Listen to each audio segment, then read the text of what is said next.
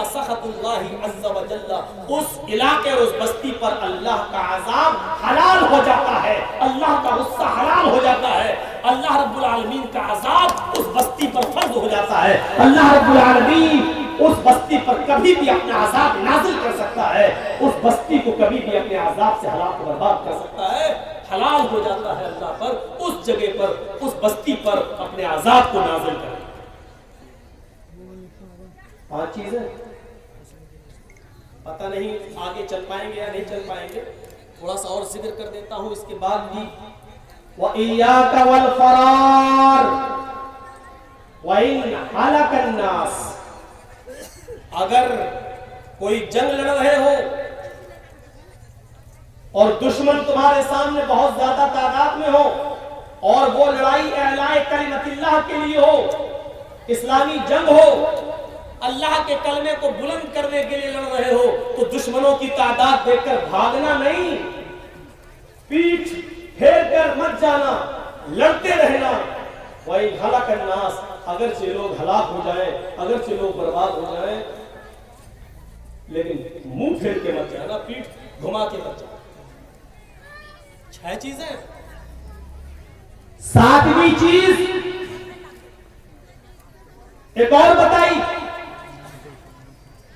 وَإِذَا أَصَابَ النَّاسَ مَوْتٌ وَأَنْتَ فِيهِمْ فَاثْبُتْ، اگر تم کسی گاؤں میں، کسی شہر میں، کسی بستی میں، کسی محلے میں رہ رہے ہو اور وہاں موتیں ہونے لگے، کوئی بیماری پھیل جائے، کوئی بیماری پھیل جائے اور تم اس بستی میں موجود ہو، فَاثْبُتْ، تو اس بستی کو چھوڑ کے مت بھاگنا، اسی بستی میں رہنا۔